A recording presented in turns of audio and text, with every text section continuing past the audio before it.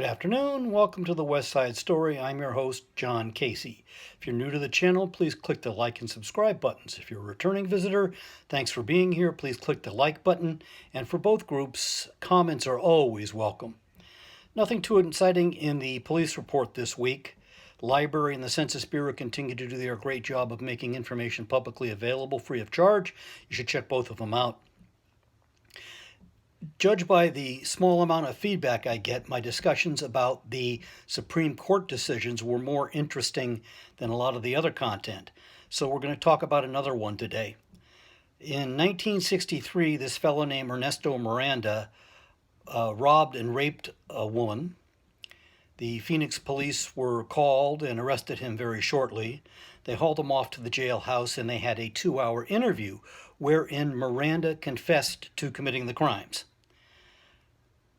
The case went before a trial court and he was found guilty. Largely the only information that was presented against him was his own confession. Miranda had a 9th grade education, had a history of criminal activity, and also was mentally unstable.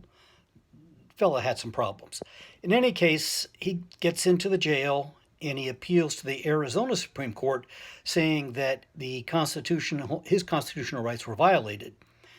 And the Arizona Supreme Court said, no.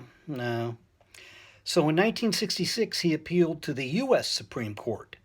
This is the time of Justice Earl Warren, and things were rapidly changing at the Supreme Court and in the country. And his appeal was written on paper torn from a notebook, in pencil, with misspellings and crossouts. Hardly what I would consider Supreme Court material.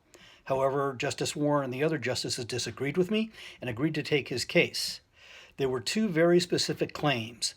That first, he was not informed, as the Fifth Amendment requires, of his right to not be a witness against himself. Very clearly spelled out there. He was also not informed of the Sixth Amendment right to have an attorney present before any questioning. This ruling led to something that was kind of a standard in the 60s and 70s cop shows. You would get the young officer arresting somebody and he'd pull a little card out of his pocket and read him his rights. And roughly it went something like this. You're under arrest. You have the right to remain silent.